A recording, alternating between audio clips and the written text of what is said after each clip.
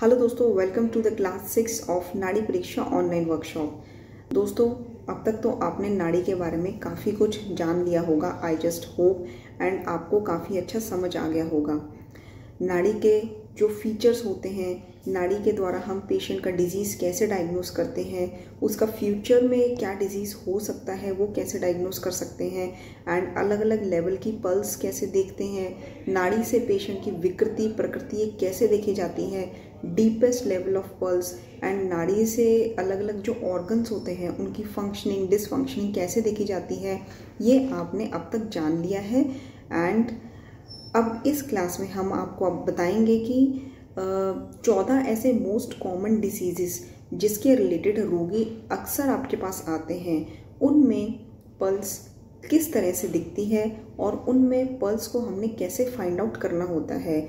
मतलब उसमें जो पल्स है वो डिजीजेस पल्स के थ्रू कैसे डायग्नोस किए जा सकते हैं, पल्स की क्या पोजीशन होती है, ये सब हम आपको इस क्लास में बताएंगे। सबसे पहले मैं बात करूंगी कि जो उन्माद रोग होता है, यानी कि साइकोसिस जिसे हम कहते हैं या मेनिया जिसे कहते हैं, उसमें पल्स कैसे देखी जाती है। देखिए, जब हम अपने जो 3 फिंगर्स होती हैं इसको हम पोजीशन करते हैं पेशेंट की रेडियल पल्स पर, तो वैसे तो देखिए एक जनरल प्रोटोकॉल ये बताया था मैंने कि इंडेक्स फिंगर पे हम वातज स्पाइक हमें मिलता है, मिडिल फिंगर पे पित्तज स्पाइक मिलता है, एंड रिंग फिंगर पे हमें कफर स्पाइक मिलता है। बट इसमें ऐसा नहीं है, मतलब उन्माद के केस में ऐसा नहीं है। तो जब हम अपनी जो 3 फिंगर्स हैं, middle, index and ring finger, ये पेशेंट की रेडियल पल्स पर, जैसा कि मैंने आपको एग्जैक्ट पोजीशन फर्स्ट क्लास में बताई थी, तो उसके अकॉर्डिंग जब हम पल्स चेक करते हैं रेडियल पल्स पर रोगी की, अपनी जो 3 फिंगर्स को पोजीशन करते हैं, तो जो इंडेक्स फिंगर है इस पे हमें जो यूजुअली वातज स्पाइक की फिंगर होती है, इस पे हमें पित्तज स्पाइक मिलेगा। ठीक है, अब पित्तज स्पाइक कैसा होता है ये आपको पता ही है। पित्तज स्पाइक में जो एम्पलीट्यूड होता है वो हाई होता है, धम धम धम करके पल्स आपको फील होती है। और उसी तरह से जो ये जो मिडल फिंगर है इस पे हमें कफज स्पाइक मिलेगा, मतलब कि डीप पल्स मिलेगी, डीप वेवी स्पाइक। ठीक है, एंड जो रिंग फिंगर है जो कि यूजुअली कफज स्पाइक का स्पाइक वाली फिंगर होती है, तो इस पे हमें कफज स्पाइक ना मिलके वातज स्पाइक मिलेगा, मतलब कि इस पे जो स्पाइक होगा पल्स का that is fast and feeble. ठीक है, मैं रिपीट कर देती हूँ ताकि आपको कोई कंफ्यूजन ना हो। देखिए, ये इंडेक्स फिंगर है, ये है middle finger, and this is ring finger. This is for वातज, पित्तज एंड कफज। बट उन्माद में ऐसा नहीं होता। इंडेक्स फिंगर पे हमें पित्तज पल्स मिलती है। जो भी मैंने आपको पित्तज पल्स के सारे फीचर्स बताए हैं क्लास 1 में, वो सारे फीचर्स आपको इंडेक्स फिंगर पर मिलेंगे पित्तज स्पाइक के। मिडिल फिंगर इज फॉर कफज and ring finger is for वातज स्पाइक। तो ये होता है उन्माद में। एंड देन नेक्स्ट इज ग्रंथि रोग। ग्रंथि रोग यानी कि लिम्फेटिनाइटिस। देखिए, ये देखने के लिए कि लिम्फ नोड की स्वेलिंग है कि नहीं, आप पल्स से कैसे पता लगाएंगे। यूजुअली हमारे पास बहुत सारे पेशेंट्स आते हैं, स्पेशली जिनके ये सर्वाइकल एरिया में लिम्फ नोड की स्वेलिंग होती है। कईयों के एक होती है, कईयों के मल्टीपल लिम्फ नोड्स की स्वेलिंग होती है, या फिर ये आर्म पिट्स में यानी कि एक्सिलरी एरिया में लिम्फ नोड्स की जो है स्वेलिंग होती है। तो आप कैसे पता लगाएंगे। देखिए, जब आप पल्स चेक करते हैं, ठीक है, आप पेशेंट की रेडियल पल्स पर अपनी 3 फिंगर्स जो है वो पोजीशन करते हैं, तो इसको पता लगाने के लिए कि पेशेंट को लिम्फ नोड की स्वेलिंग है कि नहीं, आपको 5th लेवल की जो पल्स है वो देखनी होती है। देखिए, जो ग्रंथि है यानी कि लिम्फ नोड्स की जो भी रिलेटेड प्रॉब्लम्स होती हैं, ये रस धातु विकार के रिलेटेड होती हैं। तो जायज़ है कि हमें जो मैंने आपको 5th लेवल की पल्स बताई थी, ठीक है, जिसमें हमने धातु विकार की धातुओं के रिलेटेड जो विकार बताए थे 5th लेवल पल्स में, और 5th लेवल पल्स कैसे देखते हैं, उसी टेक्निक को यूज़ करते हुए आपने 5th लेवल की पल्स देखनी है, जिसमें आपने जो रसज धातु है वहाँ पर पल्स को फील करना है। देखिए, मैं आपको इस तरह से समझाती हूँ। ये हमारी इंडेक्स फिंगर है, ये हमारी मिडिल फिंगर है, and this is ring finger. तो सबसे पहले हमने ये जानना है कि जो रसज धातु है उसकी लोकेशन क्या है। रसज धातु की लोकेशन है रिंग फिंगर पर, प्रॉक्सिमल कर्वेचर पर, ठीक है। This is distal curvature, this is middle curvature and this is proximal curvature. तो जो प्रॉक्सिमल कर्वेचर है यहाँ पे रसज धातु की लोकेशन है। एंड जब हम पेशेंट की पल्स चेक करते हैं देन ये जो रिंग फिंगर होती है, इस रिंग फिंगर की प्रॉक्सिमल लोकेशन पर यानी कि रसज धातु की लोकेशन पर जब हमें पित्तज स्पाइक फील होता है, मतलब कि पित्तज पल्स वाली जो सारे फीचर्स होते हैं वो स्पाइक फील होता है, हाई एम्पलीट्यूड वगैरह, तो that indicates that the patient is having lymphadenitis. उसको बॉडी में कहीं ना कहीं पे, फॉर एग्जांपल सर्वाइकल एरिया के आसपास या कहीं और पे लिम्फ नोड की स्वेलिंग है, ठीक है। और इसके बाद मैं आपको बताती हूँ कि जो श्नीपद है यानी कि एलिफेंटेसिस, उसमें भी वो भी रसज धातु विकार है। उसमें फ़र्क क्या है, वैसे तो उसकी पल्स भी हमने 5th लेवल की ही पल्स देखनी है। उसमें फ़र्क इतना है कि जो मैंने आपको ये रिंग फिंगर पर प्रॉक्सिमल कर्वेचर पर रसज धातु की लोकेशन बताई है, अगर इसमें पित्तज स्पाइक आपको मिलता है दैट मीन्स कि पेशेंट को लिम्फेडेनाइटिस है। लेकिन अगर आपको पित्तज स्पाइक ना मिलकर इस पर कफज स्पाइक मिलता है, डल स्पाइक जो वेवी पल्स होती है वो इस पर मिलती है, कफज स्पाइक, तो दैट इंडिकेट्स कि उसको श्लीपद है यानी कि एलिफेंटेसिस, ठीक है। बस एक स्पाइक का अंतर है, लेवल सेम है एंड लोकेशन ऑफ स्पाइक भी सेम है। एंड नेक्स्ट इज विस्फोट। विस्फोट यानी कि हर्पिस ज़ॉस्टर। इसमें दोष जो है इन्वॉल्व होता है वो है पित्त, एंड जो धातु इन्वॉल्व होता है वो है रक्त धातु। देखिए पित्त प्रकोपित जब होता है, वैसे भी जो हर्पिस ज़ॉस्टर में हमें जो मेन सिम्टम मिलता है वो क्या होता है, जलन होना यानी कि बर्निंग सेंसेशन होना। पेशेंट आपको एक्सेस पेन के साथ बर्निंग सेंसेशन की भी हिस्ट्री देगा। एक स्ट्रॉन्ग हिस्ट्री होती है जलन होने की उस पर्टिकुलर अफेक्टेड एरिया में, क्योंकि पित्त प्रकोपित होता है एंड रक्त धातु जो है वो दूषित होती है। तो इसमें भी क्योंकि धातु इन्वॉल्व है हमने 5th लेवल ऑफ पल्स देखनी है, एंड क्योंकि पित्त भी इन्वॉल्व है तो हमें रक्त धातु की लोकेशन पर यानी कि index finger, middle finger, ring finger पे इधर हमने देखा था कि रसज धातु है और इधर डिस्टल कर्वेचर पर हम देखेंगे कि रक्त धातु की लोकेशन है। तो आप जब पेशेंट की पल्स चेक करेंगे और आपको रिंग फिंगर के डिस्टल लोकेशन पर रक्त धातु की लोकेशन पर जब आपको पित्तज स्पाइक मिलेगा दैट मीन्स कि उसको विस्फोट हो सकता है, ठीक है। आप हर्पिस उसको डायग्नोज कर सकते हैं along with the history of the patient. उससे हिस्ट्री भी पूछनी है, पहले आप अपना पल्स से डायग्नोज कर लीजिए, फिर उसके बाद आप पेशेंट से हिस्ट्री पूछिए, उसी के डिजीज़ के रिलेटेड आप सिम्टम्स पूछिए। अगर उसको वही सिम्टम्स मिलते हैं then you can diagnose him as herpes zoster, ठीक है। पित्त जो है वो प्रकोपित होता है एंड वो छोटे छोटे हेमरेजिक स्पॉट्स बना देता है स्किन पर इन केस ऑफ हर्पिस ज़ॉस्टर, ठीक है, क्योंकि ये नर्व को भी इन्वॉल्व करता है तो इसमें पेन बहुत ज़्यादा होती है एंड मेनली इसमें जलन बहुत ज़्यादा होती है। और रक्त धातु इन्वॉल्व होता है तो रक्त धातु की लोकेशन मतलब कि जो रिंग फिंगर है उसके डिस्टल कर्वेचर पर रक्त धातु पर जब हमें पित्तज स्पाइक मिलता है दैट मीन्स कि patient is having herpes zoster. Next condition is very common condition, osteoporosis यानी कि अस्थि सौशर्यम। नाम ही बताता है कि इसमें अस्थि धातु इन्वॉल्व है एंड वायु दोष इन्वॉल्व है। तो हम इसमें 5th लेवल की पल्स देखेंगे। देखिए जो हमारी इंडेक्स फिंगर होती है that is for vata, this is for pitta middle finger and this is for kapha ring finger, ठीक है, वात पित्त एंड कफ।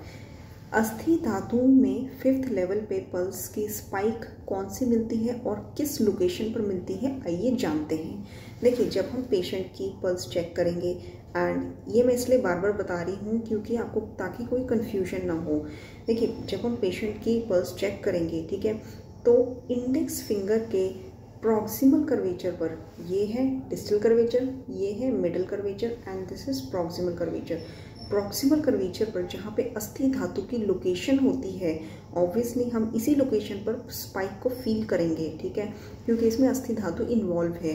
तो अस्थि धातु की लोकेशन पर जब हमें वातज स्पाइक फील होता है, वातज स्पाइक कैसा होता है, वातज पल्स के जो फीचर्स होते हैं, फास्ट होती है, फीबल थिन थ्रेडी पल्स होती है, मतलब कि सर्प गति जैसी उसकी मूवमेंट होती है, तो ये सब आपको प्रैक्टिस से पता चलेगा। हम लोग आपको नॉलेज दे सकते हैं, लेकिन चलना आपको खुद ही है। मैं बार बार कहती हूँ, आपको प्रैक्टिस से पता चलेगा, गतियों का और वॉल्यूम का, आकृति, टेंशन, सब कुछ आपको प्रैक्टिस से पता चलेगा।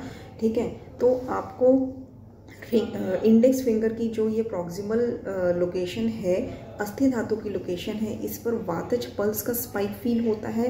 दैट मीन्स कि पेशेंट को ऑस्टियोपोरोसिस हो सकता है।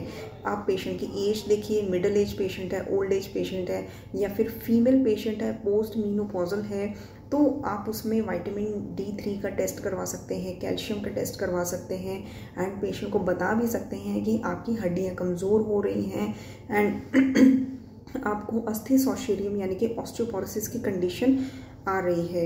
एंड वाकई जब वो अपना टेस्ट करवाएगा और उसमें विटामिन D की डेफिशिएंसी देखकर वो इतना इम्प्रेस हो जाएगा आपसे कि आपने केवल नाड़ी देखकर ही ये बता दिया कि उसकी हड्डियां जो हैं वो कमज़ोर हो रही हैं, खोखली हो रही हैं, इसलिए उसको बॉडी एक्स हो रहे हैं। तो ये एक बहुत अच्छी टेक्निक है अगर आप प्रैक्टिस करके डायग्नोस करना सीख जाते हैं तो।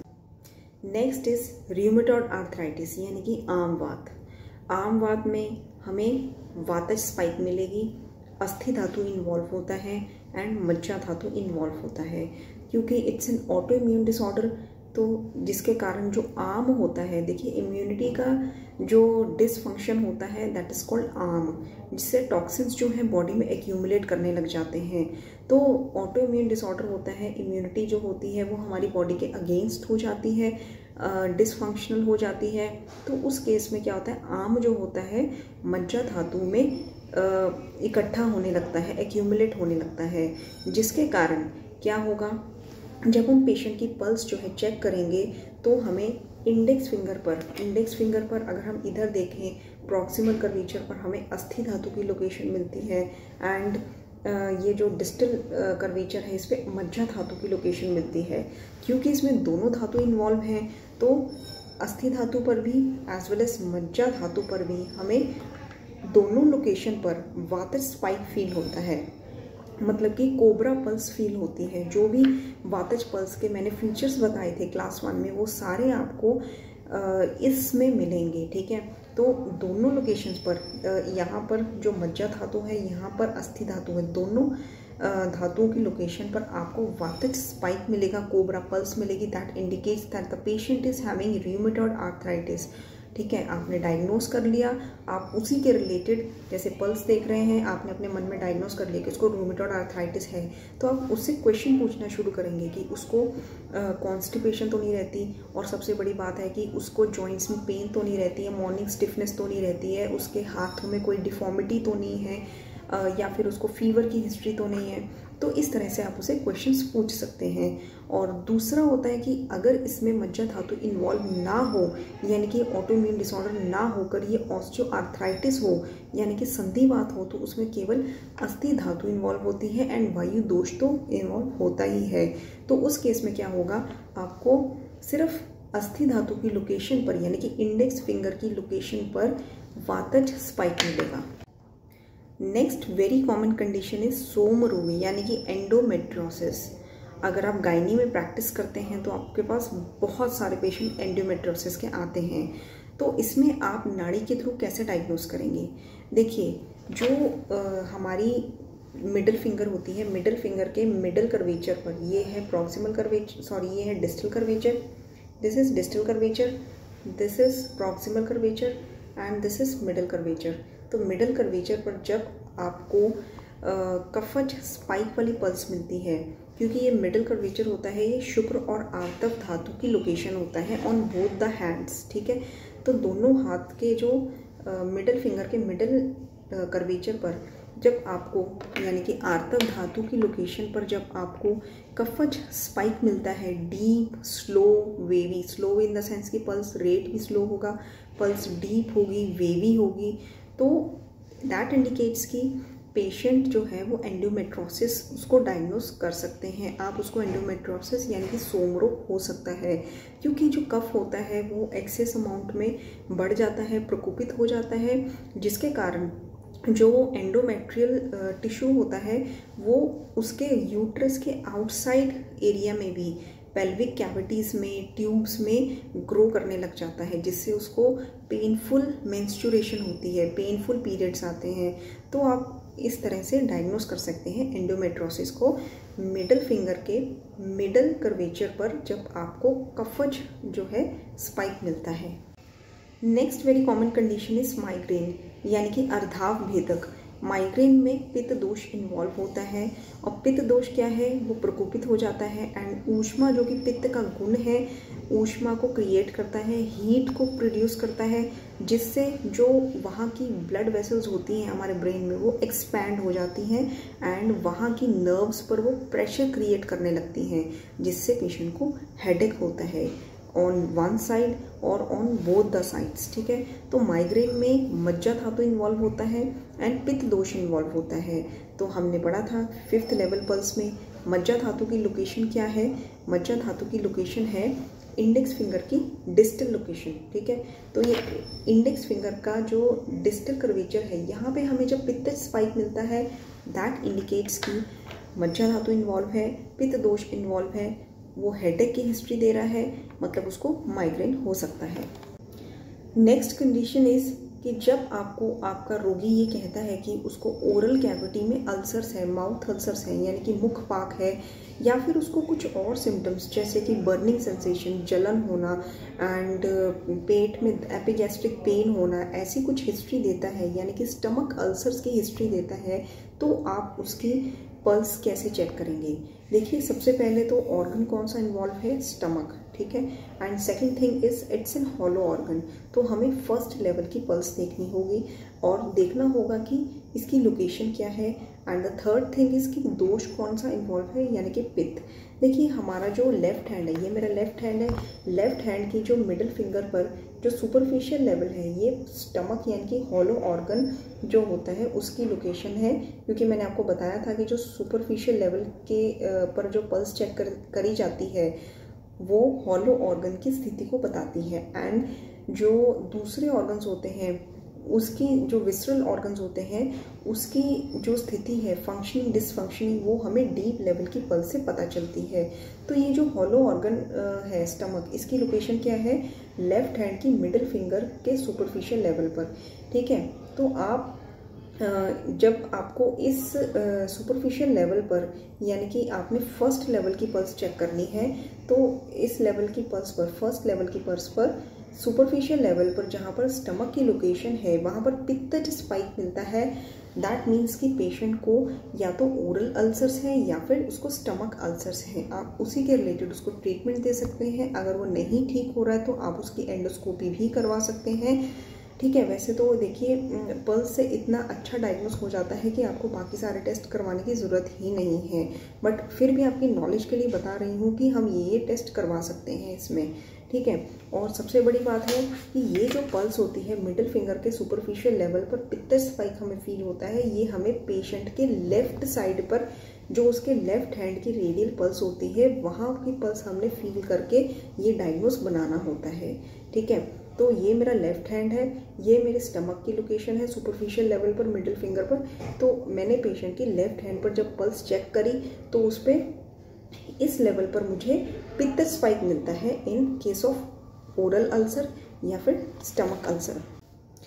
Next and the last is वातज गुल्म, क्योंकि गुल्म है एंड वातज भी है एंड ऑब्वियसली गुल्म में वातज दोष जो है वो मेनली इन्वॉल्व होता है, तो इसमें दोष जो है वो वातज है।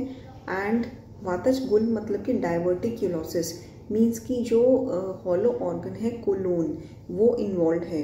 तो हमने सबसे पहले तो देखना है कि कोलोन की पोजीशन क्या होती है। कोलोन की लोकेशन होती है, जैसे ही मेरा राइट हैंड है, राइट हैंड की जो इंडेक्स फिंगर है वो कोलोन की लोकेशन है, तो मैं अपने राइट हैंड से पेशेंट के राइट हैंड की जो पल्स है वो फील करूँगी एंड मुझे अपनी इंडेक्स फिंगर पर डिस्टल कर्वेचर पर वातज स्पाइक मिलेगा। दैट इंडिकेट्स कि उसको वातज गुल्म यानी कि डायवर्टिक्यूलोसिस की सस्पेक्शन हो सकती है। ठीक है, कोलोन की लोकेशन राइट हैंड के इंडेक्स फिंगर पर एंड इसके इंडेक्स फिंगर पर वातज स्पाइक जो डिस्टल कर्वेचर पर होता है, क्योंकि मैंने पहले भी आपको पढ़ाया था कि ये वातज स्पाइक है, ये पित्तज है, ये कफज है। तो यहाँ पर जो कोलोन की जो लोकेशन होती है, इंडेक्स फिंगर, इसके सुपरफिशियल लेवल पर यानी कि फर्स्ट लेवल पर वातज स्पाइक जब हमें मिलेगा on the patients right hand radial pulse, तो दैट इंडिकेट्स कि उसको जो है डायवर्टिक्यूलोसिस यानी कि वातज गुल्म है। तो दोस्तों ये कई डिसीजेस थे कॉमनली जो पेशेंट जिसके वेरी कॉमनली आपके पास आते हैं, एंड आपको पता होनी चाहिए कि ऐसे केसेस में पल्स की लोकेशन क्या होती है, कौन सा स्पाइक फील होता है, एंड कैसे डिसीज़ को पल्स के थ्रू डायग्नोज करना है। तो दोस्तों ये थी हमारी 6 मोस्ट पावरफुल क्लासेस ऑन नाड़ी परीक्षा। यहाँ पर हमारी नाड़ी परीक्षा ऑनलाइन वर्कशॉप जो है वो संपन्न होती है, एंड आई जस्ट होप कि आपको ये क्लासेस जो हैं बहुत ज़्यादा यूज़फुल लगी होंगी, एंड आपके लिए ये रियली यूज़फुल तब होंगी जब आप इसको बार बार देखेंगे एंड अपने पेशेंट्स पर आप प्रैक्टिस करेंगे। हाईली स्पेशलाइज्ड नॉलेज है। प्राचीन काल का जो स्पेशली आचार्य षाढ़ंगर जी ने जो ज्ञान दिया था वो हम आपके सामने लेकर आए हैं, एंड पूरी कोशिश की है कि एक एक चीज़ आपको बताएं, एक भी चीज़ मिस ना हो, और इसको आप अपनी प्रैक्टिस में ज़िंदा रखिए। इस ज्ञान को अपने पेशेंट पर प्रैक्टिस करिए एंड अपनी प्रैक्टिस को और ग्रो करिए, एंड एक नाड़ी वैद्य विशेषज्ञ कहलाइए। बस यही हमारी एक कोशिश है, एंड फ्यूचर में भी हम ऐसे वर्कशॉप्स आपके लिए लाते रहेंगे ताकि आपकी प्रैक्टिस बढ़े, आयुर्वेद बढ़े, एंड आयुर्वेद को राष्ट्रीय चिकित्सा पद्धति मिल सके। धन्यवाद।